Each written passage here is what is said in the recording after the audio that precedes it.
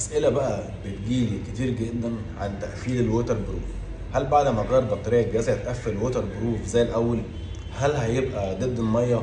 مفيش حاجة اسمها ضد المية، هو مقاوم للمية. هل هنفخ فيه مش هيطلع أي منفذ هواء؟ يا جماعة تقفيل الووتر بروف ده في ناس بتقفله وبتحاول تخليه كما أنزل.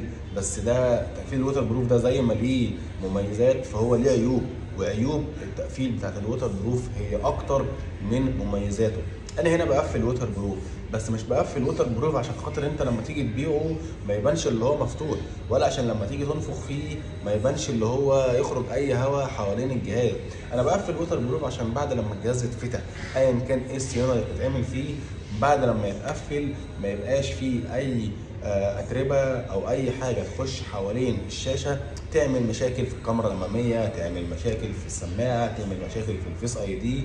بقفل ووتر بروف بحيث ان الجهاز ما يخشلوش اي اتربه، مش علشان خاطر لما انت تيجي تبيعه الجهاز يبان اللي هو ما اتفتحش ومهما نفخت فيه ما يبانش اللي هو مفتوح قبل كده وتلاقي مفيش اي هواء بيخرج.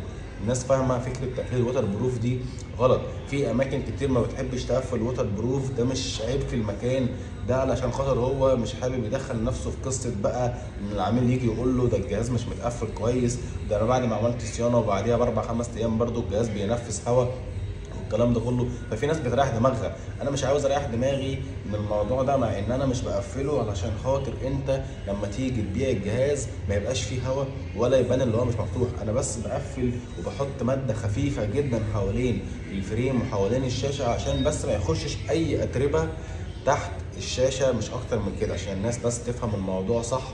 ولازم تبقى فاهم اللي فيه عيوب للتقفيل الووتر بروف اكتر من مميزاته.